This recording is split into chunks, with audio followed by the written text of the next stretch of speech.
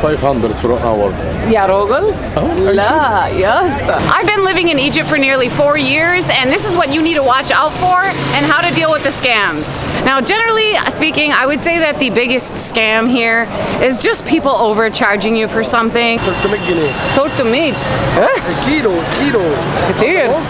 They might say like, yeah, it's free, and you're like, okay. And then they ask for a donation after, or a tip after, like that's any different. There are also tour guides waiting outside ancient sites. Those guys are not real tour guides. They will also say this is closed. Hanek. He said it was closed. There's nothing that's closed down here. Ladies, beware the love scams. A lot of these foreign women get swept off their feet, and then they later discover, after spending tons of money, or some of these older ladies, their life savings, that guy was actually already married with children. So it looks like a real fresh poster. The Egyptian price for 200. I could go stick that poster up on the wall. Watch out for the taxi scams as well. You don't pay them anything besides what the app shows you that you need to pay. Plain and simple.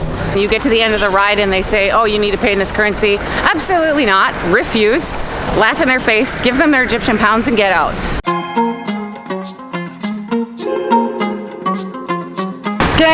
Scams, hustlers, and more scams. If you're planning a trip to Egypt and have done any kind of research, you've undoubtedly run across this topic many times, especially if you're watching videos on YouTube, which you obviously are. But is it really as bad as they say? My name's Gisselle. I've been living in Egypt for nearly 4 years and have made hundreds of helpful videos about life and travel in Egypt. In this video, I'm not only going to be talking about potential scams that you need to watch out for, but generally just giving information about some things that you might encounter while here, how to best avoid unpleasant situations, or deal with those situations in the case that you do encounter them. Before filming this video, I spoke to dozens of people who have visited Egypt and shared their experiences and encounters. I'm also going to be pulling from my own experiences of living here for the past 4 years, as well as foreign friends and acquaintances, and Egyptians as well who have seen these interactions and encountered them themselves. Now, before we dive into this video, I need to stress that this video is focused on a negative topic. Obviously, that does not mean that that is all there is here. In fact, quite the opposite. This is a country with hundreds of millions of people. Millions of tourists from all over the world come to Egypt every year and have a great time, and many come back again and again. It actually has a lot of repeat travelers. So that happens for a reason. Egyptians are generally very kind, warm, and friendly people. They want you to have a good time here. And I could give hundreds of positive interactions and examples, but that's not what this video is about today. So we're going to be talking and examining scams, which is the negative topic. I'm just making this video so that new arrivals to the country can be better prepared for what they might encounter or what to expect, so that you can have a better experience here, a better time here. So yeah, I just don't want you to get the wrong impression just because the video is about a negative topic. So I'm actually starting this video off by giving you my tips first. And you will understand more as I explain and the video goes on about what I mean.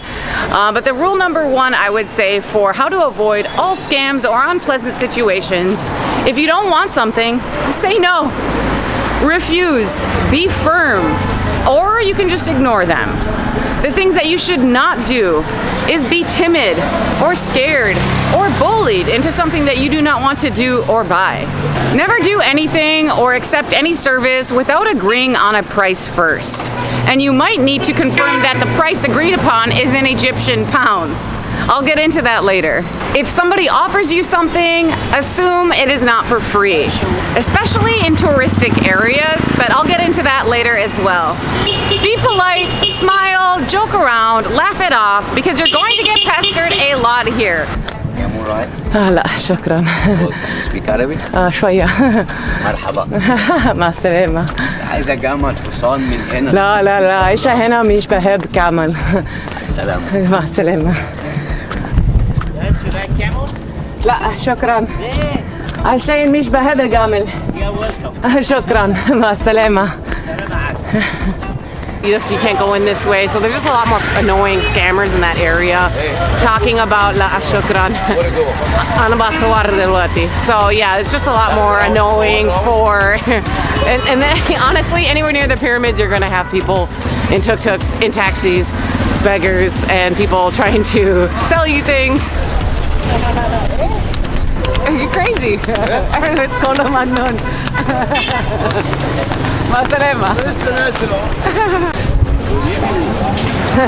Sabah here, good morning. Good morning. Not evening yet. America. America. Yeah, but I don't want anything actually. I'm just gonna walk. Thank you. I appreciate it. Bye. Good luck. And the people that are trying to make a buck from you, they do this all day long. So they are used to it, you are not, but don't get upset about the small stuff. And there are a lot of small things that add up and will start to wear you down. But if you can manage to just let it roll off your shoulders, it's going to be a much better time for you. I know it's in our tendency to be polite, to not ignore, to make eye contact, smile, answer questions, but to be honest, sometimes it is just best to ignore, because if you interact, that encourages further interaction and engagement. And yeah, if you're not wanting to buy or do anything, maybe it's best to just ignore them, you know. But understand that people are just trying to make a living. Not everyone's life is easy, but it's also not your job to provide for them, you know. You're not their personal ATM. So yeah, but bear this in mind. You know, if you watch my videos, you see me interacting with people, smiling, laughing, joking. I make that choice. I have fun with it. I enjoy it. But if you're not looking to do that, then that is a tip to avoid further interaction. Ignore. That is what a lot of Egyptians do when they're walking down this street, because even they have people asking for money or trying to sell them things and take perfume things, and you know, so this is just the way it's done here. And if you, the quicker you learn that or are willing to ignore people and not feel like a terrible person, the better your time will be here. Now, from everything that I've just said, it might sound like I'm telling you to walk down the street with a firm, closed face and eyes straight ahead and not interact with anyone. That is absolutely not what I'm suggesting to do. You'll miss out on a lot of amazing interactions. The best adventures happen randomly on the street with people like that. If you watch my videos, you see me interacting and joking around with people all the time. So that is definitely not what I'm telling you to do, but I am just trying to make you aware of where some interactions can lead, that not everyone has the purest intentions. So you really just kind of have to feel it out, you know. Does it look like, are you getting warning signs that they might be trying to get something out of you, or is it just a genuinely nice person having a good time? And if you know some of these situations, then you can be better prepared for that. For example, like if you're walking downtown, or many parts of Egypt, but I live in Cairo, so I'm just gonna say, if you're walking around in downtown Cairo and someone quickly walks up to you on the street and starts talking to you, they are probably after something. Because a normal Egyptian, like everyday citizen that is not trying to have you buy something or get something from you, is not gonna rush up to you in your face and engage with you so forcibly. So what are these guys after that are walking up to you? They might, first of all, they're gonna engage. Hi, welcome, where are you from? They might tell you that they have a relative living in that country that you just told them that you're from. They might wanna give you their business card and tell you, oh, my brother's shop is just around the corner, come with me over here. Or maybe I can help you go somewhere, what are you looking for? How can I help you? Maybe even welcome back. They're just looking for any kind of way to engage with you. And really their end goal here is to get you to their shop where you'll buy some souvenirs and they'll make a commission from that. That is usually what it is. Or what about just walking in the streets? Nice. Oh, shukran. I like your hair. Thank you, I appreciate that. From where? America. I've been Minnesota. Nuh-uh. I've been Minnesota, Minneapolis. You liar. No, sure, I'm from Minnesota. I've been here 4 times. The good. Muhammad Ali Clark is Clay. Where do you go now? Where do you go? بدش أنا أصور. Huh? بيت نشا أنا أصفر. Yeah. This is my office here. I give you my business card. أوه ما فيش مشكلة. I give you my card. أنا مش عايزة. Just looking. When I see my brother shop, No, I'm just busy actually. I see you later. تمام شكرا مع السلامة.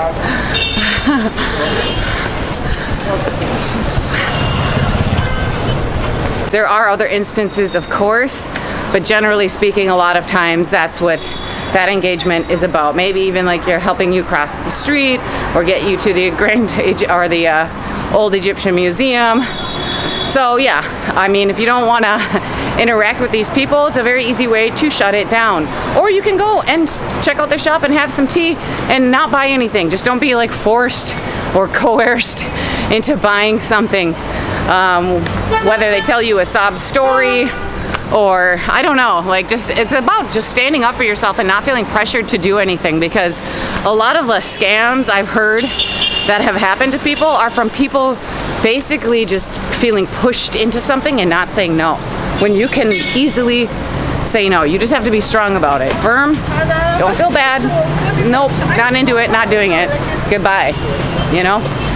Anyways, let's continue with other topics. Now, if you don't want something, here is an easy way to decline. There are a few options. I mean, you can come up with this on your own, but these are tried and true for me. If you don't want something or you don't want to interact with somebody, you can just say, I'm meeting somebody, I'm late. If they're trying to sell you a tour, you could say, I've already done it. Camel ride, already did it. Or if someone's trying to sell you souvenirs, oh, I already bought all my souvenirs, I already have that, you know? You could also say something like, I don't want to buy anything, I don't want to waste your time. You know, whatever you say it with a smile, be polite, be casual. You are just a guy who's just like, rah, rah, rah, made fun of my English language. But yeah, this is an easy way to decline things. And then you can also say some things in Arabic. I think the best way, if you want to say no, thank you, you don't even need to say no in Arabic. You can just say thank you with your hand over your heart. So, for example, if you don't want a taxi ride, you just say shukran, like that. I think he was talking to those guys, but there's a lot of taxi drivers that'll be driving down the street also doing that. So just hand over your heart, shukran.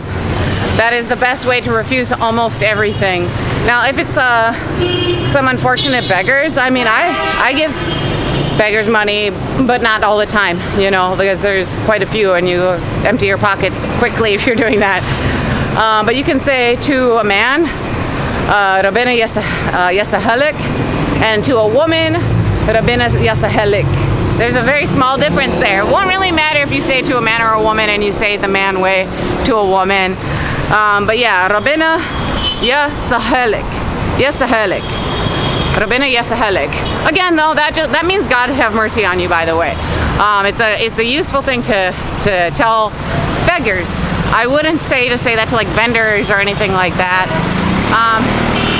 What else could you say in Arabic? I mean, if you're like in a market and you're just walking and you don't want to buy anything, you can just say ana betnesha, which means I'm just walking, or ana batfarrag if you're in a shop, or you're in Khana Khalili. And you're just, that means I'm just walking, ana betnesha, or ana betfarrag. I am just looking. But you can also say these things in English. In the markets, they speak English, they understand that. But it's nice to know a few words in Arabic for your trip. And again, the default is always shukran. To a taxi, to a beggar, to the guys in the market. So you don't need to know all these phrases, but just if you want a little something extra, there it is. Things at the airport. Now, if you're at the airport and someone grabs your suitcase or your luggage for you, don't expect that to be for free. They're expecting a tip, of course. If they're helping you, they're offering you a service. Almost anything in Egypt with a service is coming with a tip. So don't expect free someone to just come and carry your luggage for you. If you don't want that, refuse it. And if you do, make sure to agree on a price first, or confirm whatever tip that you're going to give them. Now, I've actually heard from some people that their bags were forcibly taken from them by one of these luggage handlers. I never have a lot of luggage, so I've never encountered that. But if that does happen, just say, stop, what are you doing? Now, if they're ignoring you, yell, make a scene. That will quickly stop them in their tracks. Nobody wants to make a scene here. Nobody wants to attract unwanted attention. And so all you need to do is, again, be firm, refuse, and be loud about it if they are not listening to you. They're just bullying you, trying to take advantage of weak people. I don't mean weak in like a negative way, but maybe you're not very vocal. And they can be aggressive. So you need to be more aggressive back. They're all bark, they're no bite. So yeah, if someone is taking your luggage from you and you don't want that, say, excuse me, stop. And if they don't do it, say, excuse me, stop, and like yell, make a scene in the airport, and they will stop. Trust me. What else? What else at the airport? Taxis. Taxis are obviously another one I'll get into in just a moment. But SIM cards are also something that I've been hearing about from people while at the airport. So if you go to this kiosk and buy a SIM card, apparently, and I've heard this from a lot of different people, expats, foreigners, it came up a lot when I was speaking with people, so it leads me to believe that this is a thing. They will not put the amount that you paid for on your phone. So let's say you bought 20 gigabytes. They'll give you 5 gigabytes and like, I don't know, maybe pocket the rest or something. They look official, but apparently they might not be. I don't know, but I've been hearing it so much. So I would recommend not buying your SIM card at the airport kiosk. Maybe wait until you get to the city center to buy your SIM card. Now, I've actually made a video about SIM cards, the companies, and I show the locations in downtown Cairo. There's like 4 different carriers, companies, all right next to each other, so it's a convenient place to go to buy your SIM card. But yeah, don't buy it from like hotels, definitely not street vendors, of course. It's unfortunate that I've been hearing about that, but it's quite a few people, not just Cairo, Hurghada as well. So, and who knows where else. So yeah, that would be about SIM cards. Next up, let's talk about taxis. All right, so there's a lot to talk about with taxis. The first thing that I'm gonna suggest is using an app for a taxi while you're in Egypt, because that app shows you the price of what you should be paying. If you take a street taxi, like anywhere else in the world, they love to rip you off and you don't know how much you should pay. So if you can avoid it, avoid the street taxis and use a taxi app, something like Uber or InDriver or Karim or Didi. Those are some big ones here. And I would recommend learning the numbers and what the numbers look like here, because they don't look like what you think they do. Maybe if you didn't know this. So that you can read their license plate. So if you order an Uber or any other app, you'll see the license plate in the app in English numbers, so the numbers that we recognize in the West, in most parts of the world. Ooh, that's very windy. Feels good, but not for the camera. Yeah, but if you look at the license plates in Arabic, they're in the Arabic numerals, or technically Indian numerals. Anyways, so it's a very big city, it's very crowded. A lot of times your Uber driver will not be able to find you. He might be sitting right next to you parked. So if you can read his license plate, it's gonna make getting an Uber a lot easier. Here's an example of at the airport. So my last time coming in from into Cairo, I went to Europe for a visit to saw my mom. Anyways, so I flew back into Cairo. I was waiting for my Uber, and a car drove up and he said like, hello, and I said, no, thanks, I'm waiting for my Uber. And he goes, I'm Uber. And it's like, really? I said all this in Arabic, by the way. I said, look at his license plate. That ain't my Uber. He was just lying to me to try to get me into his car. We'd start moving, then I would discover he's not my Uber. Maybe he would just try to convince me that, you know, he'll take me there, and, you know, then my driver would have messaged me and been upset or asked to cancel. And that driver, I'm sure, would have ripped me off. So this is a good way to be able to tell your driver, know the numbers. You can also ask your driver, what is my name? Because it shows your name in the app when they come to pick you up. Or you can look at their phone and say like, oh, let me see my name on the app, showing me that you actually are my driver. So yeah, that is something to watch out for here. There's more though. There's more. I'm just gonna get some water and we'll continue. While you're at the airport, you might also encounter some taxi drivers telling you that you need a taxi to get to different terminals. That is not true.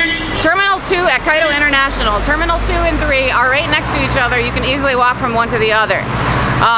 Terminal 1, or the old airport, is a little bit further away, but there's a monorail that you can take for, I think it's free. If it's not, it is very, very cheap. So you don't need a taxi. Obviously, they're just trying to swindle you into getting in their car for a very short ride. I did make a video about where to catch Ubers at the Cairo International Airport, as well as a video about Arabic numbers. So I will leave those links up here in the description of the video. Check those out later if you want. Still on the topic of taxis, so sometimes you are not able to use a taxi app and you have to take one of those street taxis. If you're flying in, you can actually look up the prices of Ubers before you come into the country. Put in like Cairo International as your starting point and then put in your hotel as your destination, and it'll show you the average price at that time. But bear in mind the time zone difference, traffic, all of that prices can change. But you can check it a few times before your trip and have a better idea of how much a taxi or an Uber would charge you, and then bargain with the taxi driver. Yeah, but about those street taxis, so they're not available everywhere. That could be because your internet's not working, or it also could be something like you're in a different city. So in Cairo and Alexandria they have Uber, for example, but in Luxor they do not. I think they have InDriver there, but maybe Aslan they don't. I'm not entirely sure, but in all the cities that you go to, you might not find a taxi app available, and so you'll be forced to take a street taxi. You need to agree on a price before you get into that taxi. Bargain and agree on a price before you get into that taxi. Because if you jump in, they're gonna start moving. They'll say, "Oh, don't worry about it." You know, make the deal before you get in. That's what I always do, at least. If you're Egyptian, then it's a different situation. And make sure that the price agreed upon is in Egyptian pounds. Now, obviously that should be like a no-brainer. Of course it should be in Egyptian pounds, but unfortunately some of these taxi drivers will try to take advantage of you and tell you that no, the price was supposed to be in US dollars. So yeah, just agree on a price, be like Egyptian pounds. They'll be like, obviously, and then you get in and go. And if you have forgotten to agree that you are paying in Egyptian pounds and not USD or some other currency, and then you get to the end of the ride and they say, oh, you need to pay in this currency, absolutely not. Refuse, laugh in their face, give them their Egyptian pounds and get out. They're just trying to scam you. That's nonsense. And then do not fall for that, because they're just trying to take advantage of you if they're doing that to you. What is another thing I need to mention about taxis? I have a lot of things on my phone here that I just need to keep looking at because there's no way I'm going to remember everything that I plan to tell you about. Oh, right. So an Uber is never an Uber if you haven't ordered it through the app. I do feel like that's pretty common knowledge, but if a driver, a street taxi basically, drives up and says, I'm Uber, no, order an Uber only through the app. That's the way you're being safe and guaranteeing that it is a legitimate driver, that you can see the price that you're supposed to pay, all of that. Now, something that you do need to watch out with some of these taxi apps like Uber is them trying to tell you that you need to pay more than the app is showing. I've unfortunately been hearing this more and more, not just with Uber, but InDriver, I think, other apps. But definitely, that is nonsense, utter nonsense. They might even tell you need to pay in US dollars as well. Whatever they're saying, you don't pay them anything besides what the app shows you that you need to pay, plain and simple. They might do this at the beginning of the ride, and if they do that before you've even started, cancel the ride, get a different driver. The next one should be better. The first Uber was telling me, I want $20 and I'll give you a tour and this and that, and I said, no man, stop. I just want to get to the restaurant and no tour, no $20. And he canceled, or maybe I told him to cancel. And then the security said, oh, you can take this Uber driver. And I told, or it was just a taxi sitting out in the area, and they said, oh, this guy will give you in. And I said, how much? And he goes, oh, don't worry about it again. I said, no, how much? 500. He wanted to charge me 500 Egyptian pounds to take me to the restaurant. I said, get out of here, bro. And he tried to say, oh, no, no. And I said, nope, I live here and I know, you know, and he said 200. And I said, 200? No way, bro. He said 100. And I said, I'm not doing anything more than 50 because an Uber charges me 38 pounds. That's how much it was charging me. Aywa, shukran. Shukran jiddan. Anyhow, so yes. I said no to that guy. I said I'm just gonna order an Uber. I ordered an Uber, and finally the Uber showed up and drove me to here, which is actually not far anyways. And yeah, I gave him I think like 60. I tipped him, whatever, after all this hassle.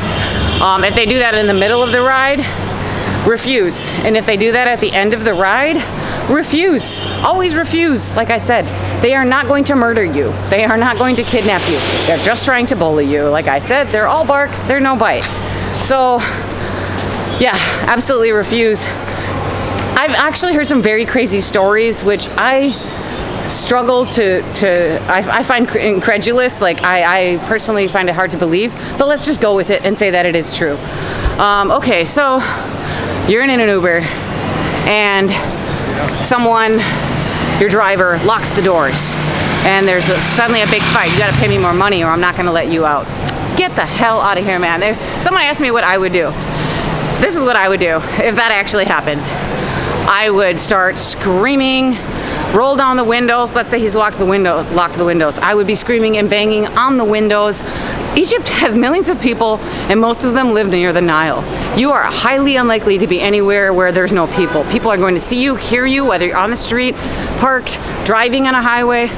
I mean, eventually you'll get some attention and the driver's going to be pooping his pants while this is happening if you're screaming and throwing a fit. So all you need to do is make a scene. All you ever need to do is make a scene in Egypt, and the people will see and there will be a huge problem and nobody wants the tourist police involved. So yeah, it's very easy to get out of bad situations if you are just not timid. You need to speak up. You need to say something for yourself. I highly doubt you're gonna get murdered by an Egyptian and you're a foreigner. That's like, are they gonna go to jail for the rest of their lives or get put, I don't know, do they have the death sentence here for a few pounds? No, of course not. So this is what I would do in those situations. And this is an example, very crazy example of a taxi. But this could be for any situation that feels threatening. I've never encountered that though. So, anyways, yeah, that's about taxis, guys. Now this makes it sound like this happens all the time to everyone. I've been living here for 4 years. I've taken thousands of taxis, and I've only had someone try to like charge me more, like maybe like 3 or 4 times total.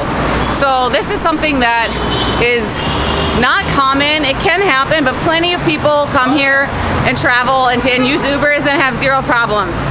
So like I said already, everything that we're discussing in this video are things that have happened to some people. It doesn't mean this happens all the time everywhere to everyone.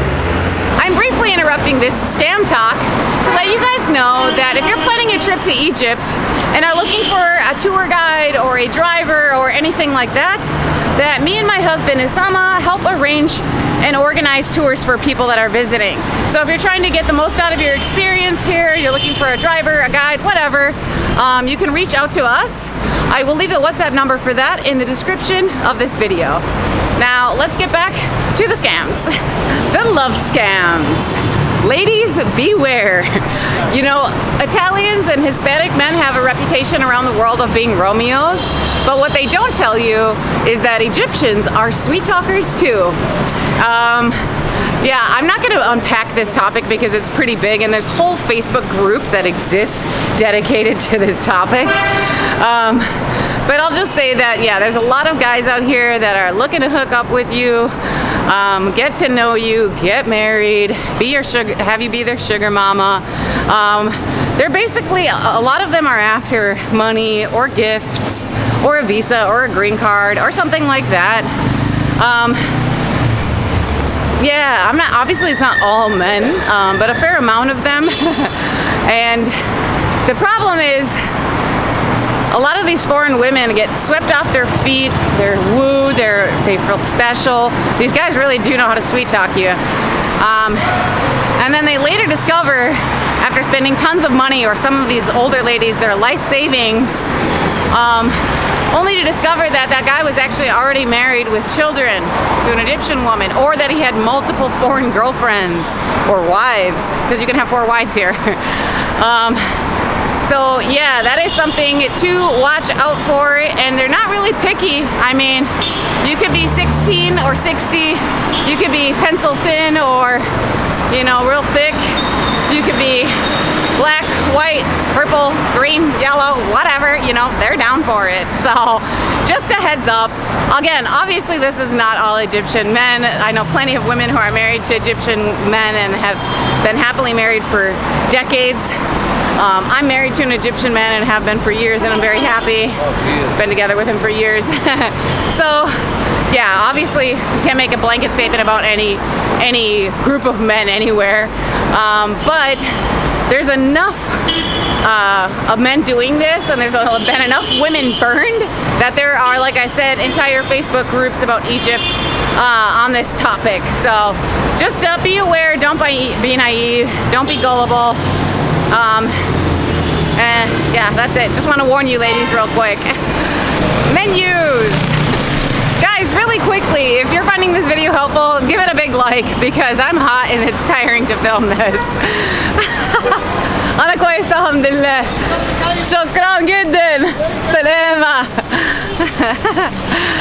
Alright, so about some menus. If you go to a restaurant, you might encounter an English menu that is showing higher prices than the Arabic menu. Now, this is probably more at touristic restaurants. Local restaurants, in fact, are not even going to have an English menu. So you're never gonna know, because can you read Arabic? No. So just order your food and enjoy it. Now for the ancient sites. Oh baby, these are where a lot of these scammers, quote unquote, congregate. They're just people trying to sell you everything there, from tours to camels and horse rides to souvenirs like papyrus and statues and oils and scarves. Taxi drivers are out looking for rides, so there's a lot of people hitting you up in these areas. Now, what are some ways that they're going to, some phrases that they'll use to engage with you? They might say something like "welcome back," or they might say "I know you." شكرا كثير. So they say that a lot to you. I've seen you before. 100% have not. I've never been to Saada. They're just trying to stop you. So don't listen to them. What are you looking for? How can I help? I think I said a lot of these phrases earlier, but I wrote them down. I'm gonna have to check, guys. Oh yes, they will also say this is closed. You'll hear that at the pyramids. I'll show you some clips about that in a minute. But yeah, like I said, these are just ways to engage with you so that they can start a sale with you. That is really what they're looking for. So again, if you don't want to interact, if you don't want anything, use the tips that I already gave you to decline these offers or just ignore them. Now, I am so hot, I'm just going to be looking at my phone and some of the things that I wrote down here as we chat. Not everyone is obviously out to get you, so I mean, I've had plenty of people actually just like help me, tell me where the ticket office is, and that's it. But they might be trying to engage with you, and then once they've done that one thing, then they're like, so do you need a camel ride? So if you really don't want any help at all, like I said, just ignore them. But you don't need to be a jerk, obviously. I've already said that as well. And I've already said this as well, but things are not for free. That could be any small service that you, like even taking a photo. If you're down at the Sphinx and someone offers to take your photo, they are more than likely expecting a tip. Or if you're maybe even at a mosque or something and someone offers to show you around, they are expecting a tip. So yeah, I just don't want you to be like, have a nasty surprise at the end thinking this person was just like super sweet, and then they're like tip, and you're like, oh. So expect any kind of services to have a fee at the end of it. Now, for the photos down at the at the Sphinx, this can happen a lot. So if you don't want photos from anyone, just refuse it. That is what I'm going to say about that. Or even a small gift that someone might try to give you. This is a funny thing that I've encountered. So this is what I've come up with for saying something. They might say like, yeah, it's free. And you're like, okay. And then they ask for a donation after, or a tip after. Like that's any different. So if you're refusing something, great. If you want to accept it, like confirm that it is actually free by saying like free, no tip, no donation, no money whatsoever, you know? Because otherwise you might get told it's free, but then they ask for a tip. It has happened to me, and multiple times. I mean, I don't think that ever happens to me anymore, but I learned how to handle that. So that would be one suggestion for how to handle that. Only trust officials in uniforms, by the way. Now, I've never encountered a official in like someone wearing an official uniform that is a fake. You know, like basically I'm talking about the police here. I've never encountered someone dressed up as a police officer that is not a police officer. There are a lot of police here. If there was some citizen dressed up as one, but not actually, he could get in so much trouble. I don't even know what would happen to him. They'd probably kill him or something. So, yeah, if someone's dressed in a uniform like the police, like trust that they are an official. Now, if someone comes up to you and tells you something you cannot do, you can't go there, it's closed, but they're wearing like a little tag around their neck, that's not official enough for me. I do not trust that. Now, maybe they are, but I would wait until an official comes over that is wearing a uniform before I trust that officer. Or, you know, you just need to confirm that they are actually legit. Because there's a lot of guys with tags around their neck that are all trying to scam you or sell you something. So, yeah, but do trust the people in uniforms, guys. And yeah, there's a lot of guys that are trying to tell you something is closed. You can't get through that way, whatever, a lot of different things. They might give you reasons like it's a holiday, or people are praying so you can't go in right now, or something like that. What are they after? I don't know. I usually don't stick around to hear their reasons. Maybe to take you to a souvenir shop. Maybe to like get you on a camel ride. Whatever. They're just again trying to engage with you, but they're lying to you. I ignore these guys a lot, so I've never really given them much of a chance to hear their reasons. But I will show you a few clips so that you can get an idea of what it looks like. I'm usually riding my motorcycle, but the same goes as if I was walking. Ignore them. Hanek. Listen, did you hear that kid? He was trying to tell me where to go. He said it was closed. There's nothing that's closed down here. People yell at things at you that is closed. A lot of times it's not true. Pyramids. I did that today. Shukran. Eh?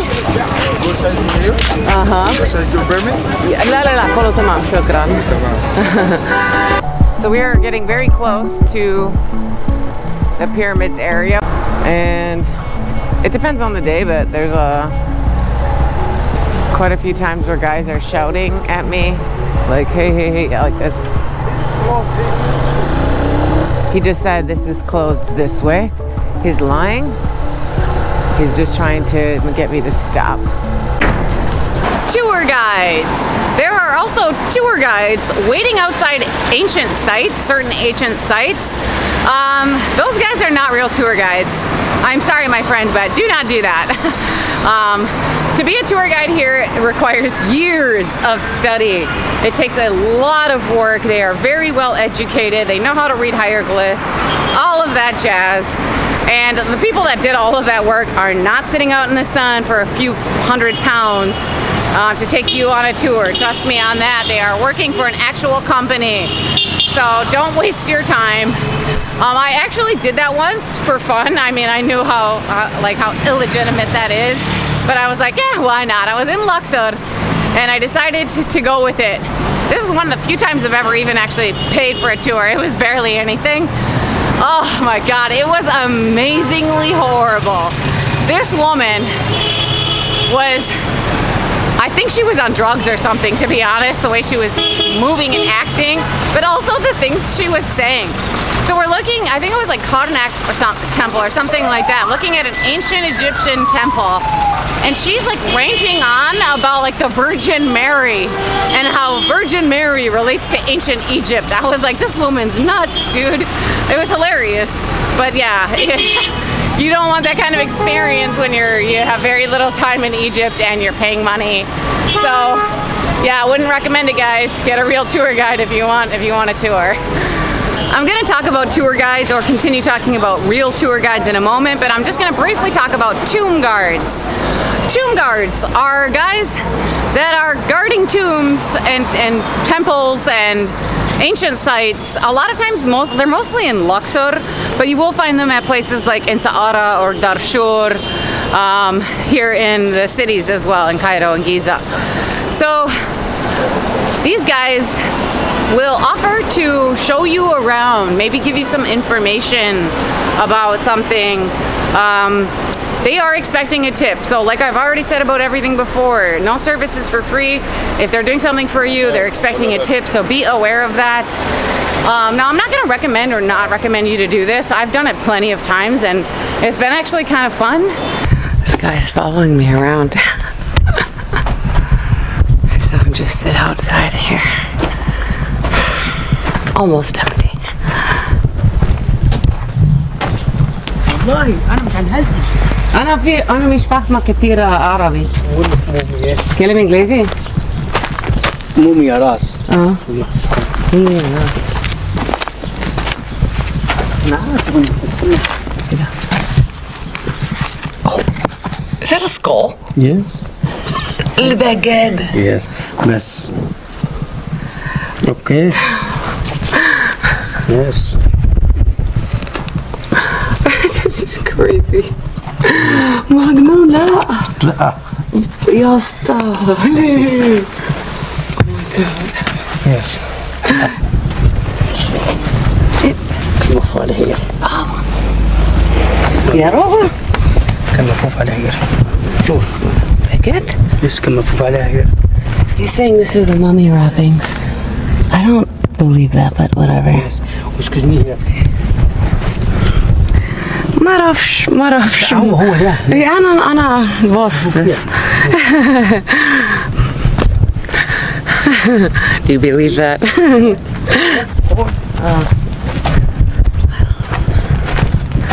Anyways, there's a skull in there. That's crazy. I don't know where they got that or why it's hidden behind a rock. Hey, you crazy. They show you some things that you might not have known about or seen. They might tell you some things. Is it true or not? I never know. I don't know if I can trust the things that are coming out of those guys' mouths. But regardless, it can be a very funny interaction and a funny encounter.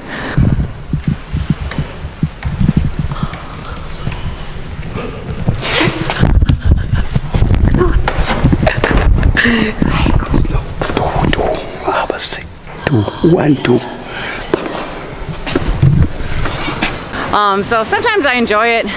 Other times it's very like, whatever, that was a waste of time and money. Or maybe they're mumbling or you can't even understand their English. Is this sister Nifty's? The tomba, the nude is God, Maut, Ma'ad, Osiris, Anub, the baboon, this God, Betah. The mummy and Anubis. This Barfa, Barfa. Good. تعال شوف الثاني. الشكل. البريست. شرفتي. دي مؤمرة. دي عمونا. أبوهم دول عياله. صال. كم نوب. أنا خمس.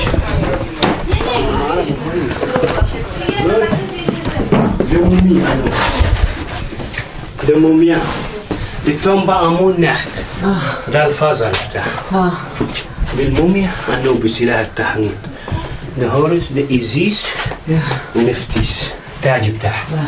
So yeah, it's hit or miss. It's your choice on whether you want to do it or not. They're just trying to make some extra money. And what is a good tip for these guys? I mean, my Egyptian husband said 20 pounds. He would tip them 20 pounds, but he's Egyptian. People here always expect a foreigner to tip more, no matter what it is. So if Egyptian's tipping something at a restaurant or a taxi or anything, they're gonna expect you as a foreigner to be tipping more than what an Egyptian is. So anyways, yeah, my husband said he would tip 20 Egyptian pounds to a tomb guard. I said, I think I usually tip like 50, so not that much more. I think I've even tipped 20 in the past. The value of the currency has changed quite a bit since I've been living here though for the past 4 years. The most that I've ever tipped was 200. See, that guy wanted to do something with me and I'm ignoring him because I'm busy. But yeah, it depends on like the quality of what you get. The most I've ever tipped was 200 pounds. I know that's a lot, but I was happy with what he did for me. He walked around for a long time. He was showing me things. His English wasn't that good, but we were both kind of trying in Arabic.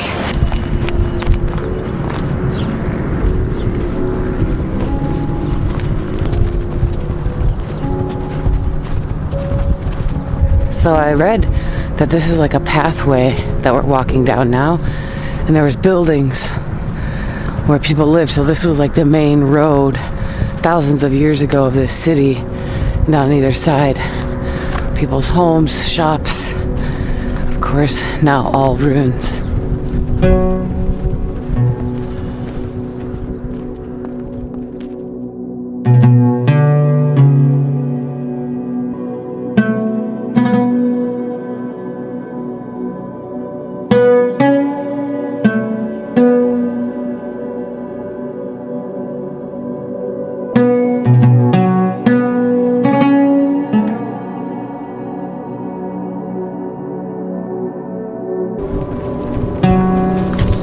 عصار الزيتون. زيتون. زيتون. Zaytun means olives.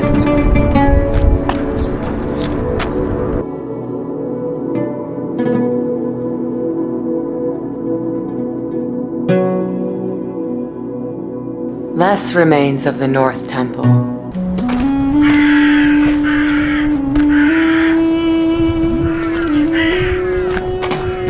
Oh.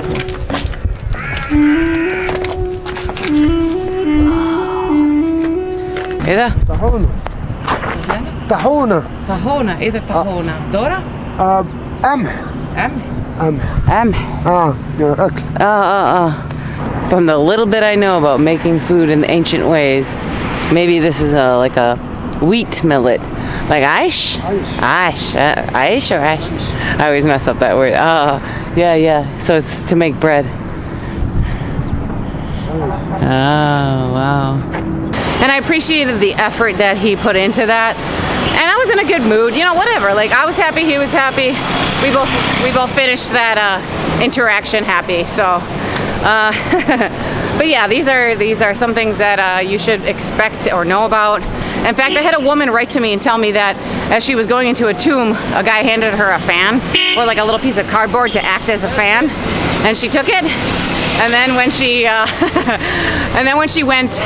came out of the tomb and handed the little fan back to him, he asked for a tip for using that fan. So these are just small little things like this that if you don't know, you're kind of like pissed off or upset about, but it is something to be aware of. And the same goes with mosques, like I mentioned earlier. Someone might show you around, take you to places like where you would normally not know about or have access to. So sometimes these interactions can be really fun and they're worth it. I will say, no matter what, the tomb guards, they always ask for more money no matter what you give them. Almost always, unless you give them a lot, like 200. كويس الحمد لله ازيك؟ انا بصور فيديو النهارده. ممكن بعدين شكرا مع السلامة. I hang out at that cafe a lot. But yeah, whatever you pay a tomb guard or a tip a tomb guard, they're usually going to be like, this it? You know, they'll act like disappointed no matter what. So bear that in mind as well. By the way, I wasn't gonna film right there, of course, with all the police, but the police officer kept asking for baksheesh at the end there, and I did pay for a ticket. The ticket was 150 pounds. So I guess they just had me pay at the end. But yeah, so I gave 20 to each guide, door guy, whatever. But then yeah, I paid for the ticket. I didn't have change, then I did And the police officer was like, baksheesh, baksheesh, like, give me the change, baksheesh. I was like, lay, like, why? You know, I walked with you. I was like, I told you I wanted to walk alone. Like, no. So, no, I'm not tipping people for no reason, especially when I don't want to be followed around. You know, feel free to tip people if you want, but don't be coerced into it. So, yep. All right, to Lahoon. Just tip what you feel is appropriate and khalas. Or if you don't want them to follow you around, just tell them, no, I don't want to be followed. I don't have no money. You know, yeah, no. We want to walk alone. Something like that. All right, now for the topic of tour guides. I have heard from so many hotels or tour companies that tell their tourists that it is not safe to go out onto the streets of Egypt without a tour guide. That is utter nonsense. That is absolute BS. The streets of Egypt are very safe and it's totally fine to go out and explore on your own.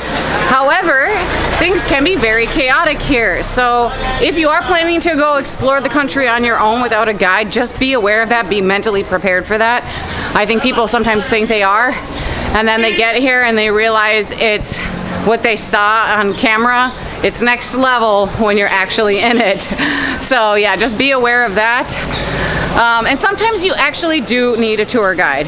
For example, most desert related things, you are gonna need a tour guide. So if you're wanting to go to like the Black and White Desert, for example, or if you wanna go on a desert safari, that could be in the Black and White Desert in Siwa, or if you want to go to the Sinai Peninsula, climb Mount Sinai, you need a guide to climb Mount Sinai to go to these deserts. The government requires special permissions for you to be able to do that, and these tour companies are able to obtain those permissions. So they don't want anyone just going out there on their own, dying, and then it's in the news, you know, oh, another tourist died in the desert, you know. So yeah, for some tours and things, you definitely do actually need a guide. So you don't need, or you're not required to have a guide for most things outside of the desert related tours, but what about just generally around the country and for ancient sites? Well, if you care about history and you want to know what you're looking at, then I would recommend getting a guide. I do think it is wise to have a guide if you want to know what you are looking at. Now, you can do your research and read a lot about each place that you're going to be visiting. That's going to be a lot of work, but you can definitely do that. But here's the thing, and I'm speaking from experience because I've almost never had a tour myself. I always explore things on my own. Once you get to that site, after the commotion and people, asking you for things or trying to sell you things, and then you get in there, you're not going to remember half the things that you read about. So having a tour guide is actually very helpful. Like I said, they have studied for years to get this license. They know the hieroglyphs. They know where things are within these sites. Maybe you want to see like a certain carving or depiction or a statue, but you don't know where that thing is within that ancient complex. These tour guides know all of that. They can show you what you want to see. They can give you the information, the history, and tell you a real story as you're looking at this. So yeah, I would say it is wise if you care about history. Again though, you can be like me, you can explore. I know I've missed out on a lot though. I like to just jump on my motorcycle and go, but I know that I've missed out on so much history because I didn't have a tour guide with me. For example, like in Dendera, which is one of the most magnificent temples I've seen in all of Egypt, by the way. I knew nothing about that temple, barely, before I went. This is the coolest temple I've been in. Whoa.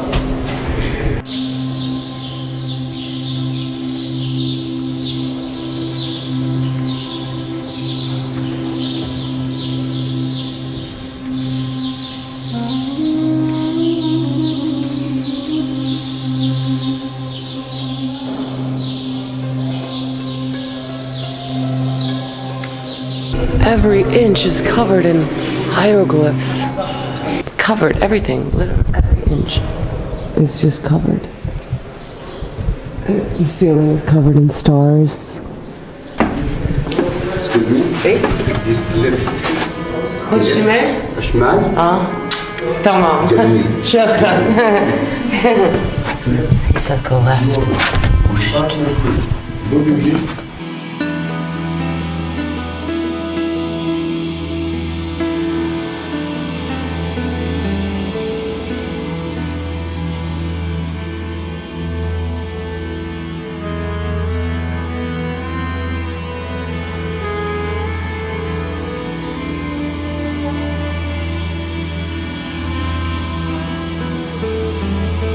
I'm going to sit here and bask in the magnificence of Dendera, my favorite temple in all of Egypt. And when I got there, I didn't know about like half the stuff that I was looking at until later after I read about it, and I was like, oh my god. And I missed like the big wall of Cleopatra, like on the outside of that temple in the back. I didn't even see that because I didn't know it was there. Yeah, there's a lot of different examples and situations of this. I'm walking through an ancient site and I hear a tour guide that is actually speaking English, a language that I can understand. And I hear some cool information and I'm like, oh. But I only hear snippets and then I just keep moving, you know? When you don't have a tour guide, you just guess. So I mean, I like to just do my own thing, but a guide obviously adds value, you know what I mean? Now, another nice thing about guides is that they do help buffer the like vendors and the scam artists that are out trying to haggle with you. So yeah, if you're walking with an Egyptian, you get a lot less harassment. The vendors see them and they stay away and they target people that are not walking with a tour guide. True story. But yeah, so that is another benefit of having a guide with you. Now, of course, like anywhere and anything in life, there are both good tour guides and bad tour guides. A bad tour guide might be running late a lot. They might not be respecting your schedule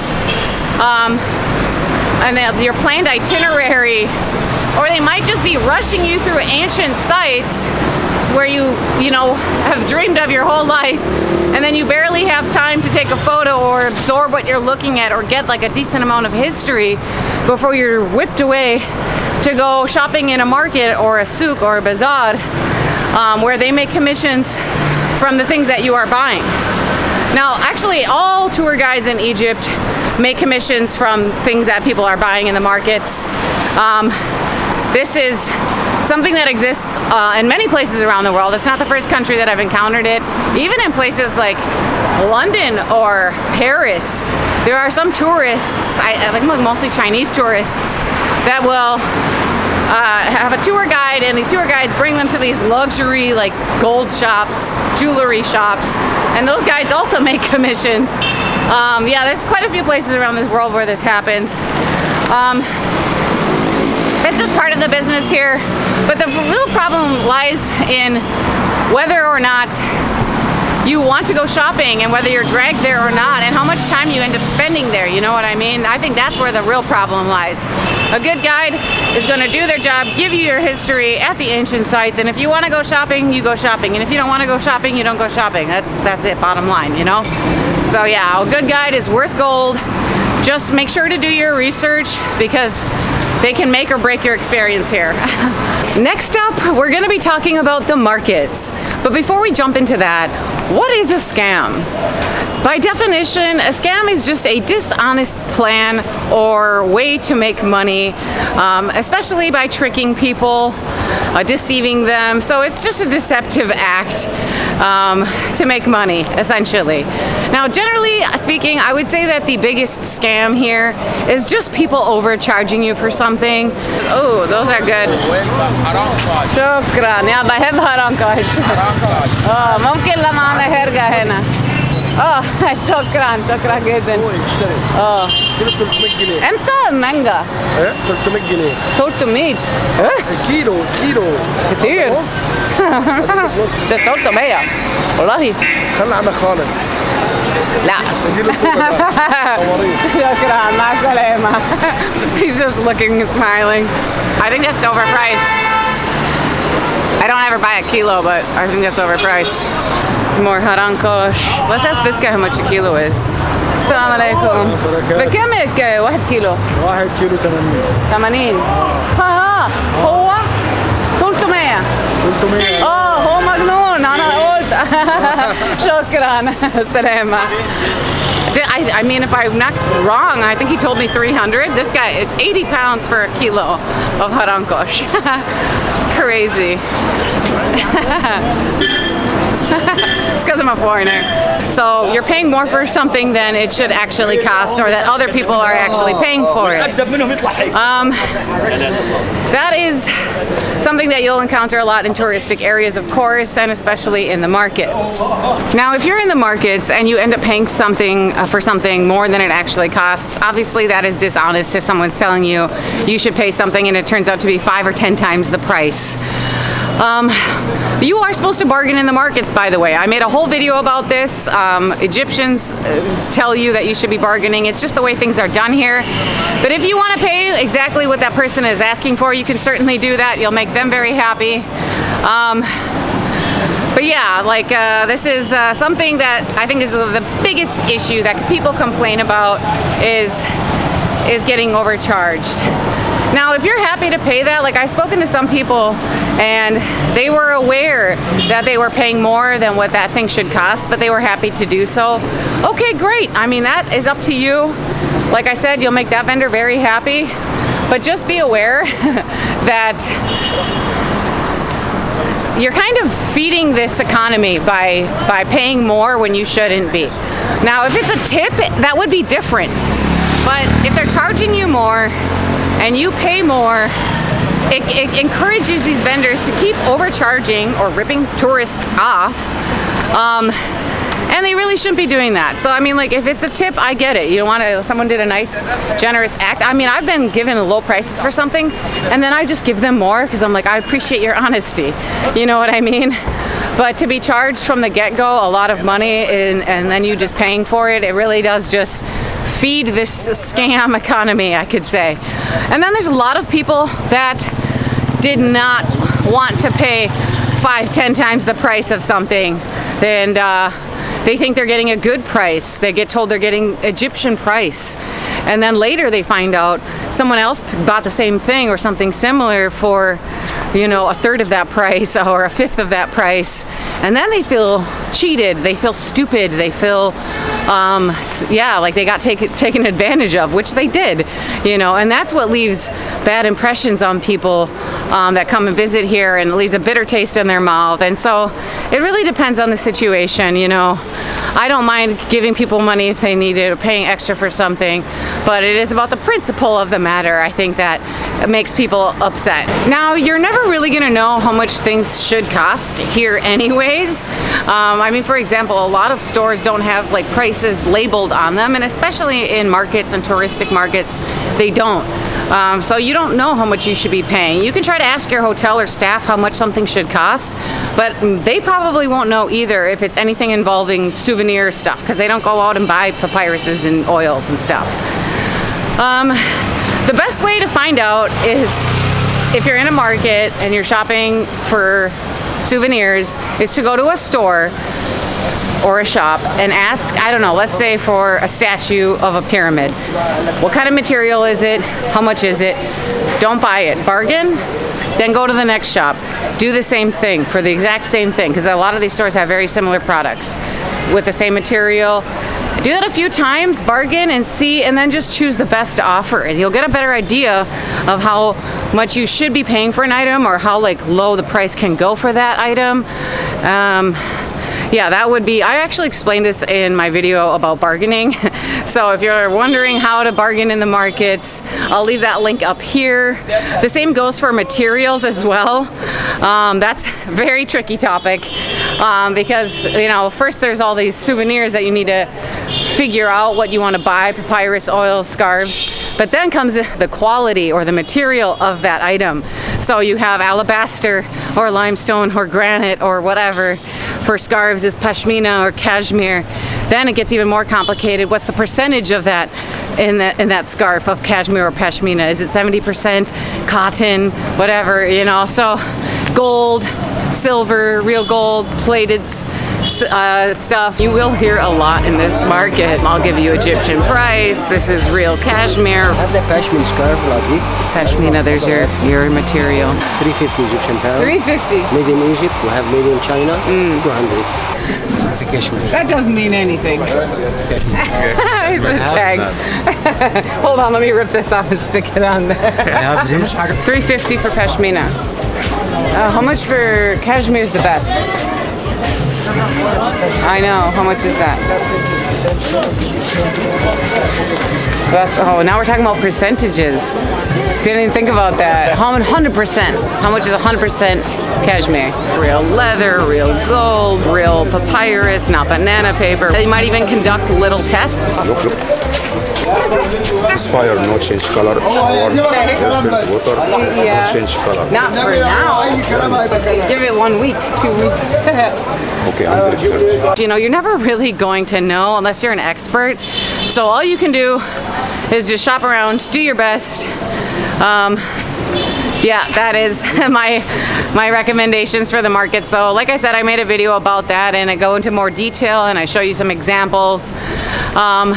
But yeah, there's no sure way of buying something knowing the exact cost, knowing how much it should cost, knowing if it's authentic or not. You do your best and that's that. And have fun with it, of course. Another thing about the markets is Ahlan, ازيك? Alhamdulillah.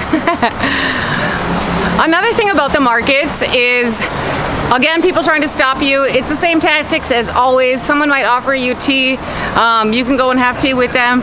Be aware though, it is probably just kind of a one step forward to lure you into their shop or to get you to stay. But you can choose to do that or not. I refuse many times, but I've also had tea with shop owners and had a great time chatting and never bought anything and they invited me back, you know, so it's all up in the air. You just got to feel these situations out. About paying though, I will say, and this is not just for markets, but anywhere that you're paying, make sure, especially since you're new to the country more than likely, to count the money out yourself and slowly. Make sure that you give them the right denomination. The money's new to you, you don't recognize it, and you don't want to end up giving someone too much. I, in fact, was always hesitating when I was new to Egypt, and people would just start taking the money out of my hand, like picking out the right notes because they saw me examining them.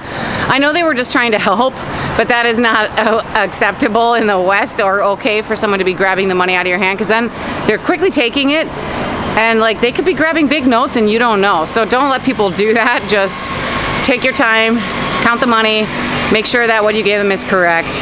And another one is if you're making a transaction, this is not just for at most places, usually just the tourist markets, make sure that whatever, if you're using a card, some places will accept cards, especially for like large purchases, but make sure that whatever that person typed in is actually the correct amount. Because I have heard of people paying this amount of money and then they thought something was like $34 and then they charged them $360 or something like that, you know? So just make sure that the amount is correct before you hit enter. And yeah, I guess that's like general stuff about scams. I would really watch that bargaining video in the markets though to know more about what I'm talking about here. Alright guys, I think this is going to conclude the vlog. I know it's a very abrupt ending, but I think I've given most of the information that I want and I'm hot and thirsty, so please give it a big like if you enjoyed it. I do put a lot of effort into these videos. I really hope that you found it helpful because that is my main goal here with making these videos. And please bear in mind that, again, this video was about a negative topic. This is not at all like the only thing Egypt has, and I love it for a reason. I've been living here for 4 years, and a lot of examples that I've given, I could give you examples of the contrary. So yeah, there are people that will try to overcharge you for things, but then there's also people that are going to run after you to make sure you get your change and give you free ice cream. Oh shit, shukran. I forgot my money, bro. I just walked away. Shukran. He's shaking his head at me. Oh look, he has a little ice cream. Oh لا لا لا لا لا لا أنا مش لا لا لا لا لا أنت شكرا لا لا لا no إيه ده what he just bought me an ice cream bro إيه ده شكرا he just gave me ice cream. Yeah, I've been in the market and been offered tea by shop vendors and had tea with them and chatted and never bought a single thing, and they were very kind and welcomed me back, and I've gone back and said hello to them, and I'm like basically now friends or acquaintances with them. And I just met this guy, started talking to him, and he says he lives here. Ana Gigi. You want to see the museum now or you want to go upstairs? You can see this first? Okay. Okay, he's gonna show us the museum and then we're gonna go upstairs. Tea with mint, Egyptian tea? ما فيش مشكلة. ما فيش. Keep it. لا لا لا لا لا ما فيش ما فيش. It's welcome drink. تمام. Fresh. mint ماشي؟ نعناع. نعناع. هو النعناع ده. One, just one? تمام. معلقتين بس تمام. معلقتين ماشي. One more. I show you view never see before. I bet. I believe it. Wow. This hospital 1,400 years ago. The hospital. The hospital inside. والله. Yeah, and it's work now. For eye, for eye, work. Wallahi. Yeah, wallahi. Wow. Very old one. I think you understood him, but this is still a working hospital for like eye doctor. كم سنة? 1,400 years. No way. Yeah, it's very old one. 1,400 years, really? And the mosque for King Kalawon. All right, guys, just left Ahmed's place. That was very cool. This is the kind of cool experiences that you can have if you just say yes to things. I'm carrying my tea that he gave me. And there's just so many examples like that I could give with similar situations. You know, I've forgotten my money and people have run after me to give me my money back. I've been given so much free food, tea, juice. أهلا. Hello. اسمك إيه؟ كريم. كريم. أنا جيجي. اهلا يا جيجي. فرصة سعيدة. So yeah, we're gonna have some tea. انا عزمتك خلاص. لا لا لا أخويا. Oh my God, this guy just bought it for me. شكرا أخويا. Okay, that is Egyptian guys. Like they're just buying me a juice, so friendly. طيبين المصريين. Offered into people's or invited into people's homes and had dinner with their families.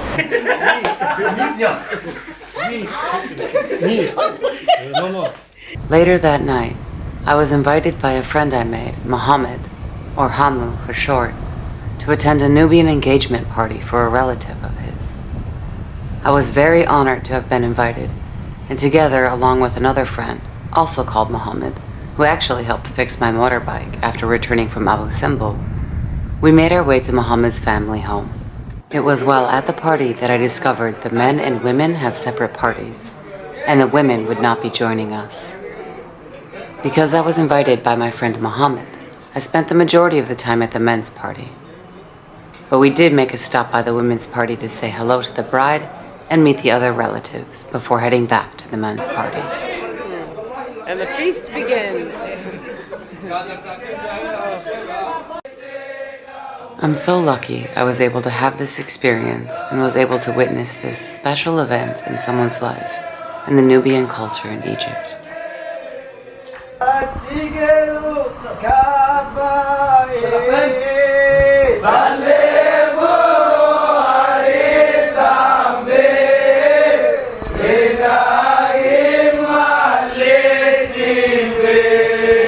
Police officers helping me fix my motorcycle on the side of the road. I mean, there's so many examples that I could give. So, yeah, I love Egypt very much. There's a lot of amazing experiences that you can have here. Eventually, I will have to make a video about why I love Egypt or ask other people why they love Egypt and talk about that. But, all right, I'm gonna go get some water. I really appreciate you watching. Thank you so much. And I will catch you on the next one. Ma salama.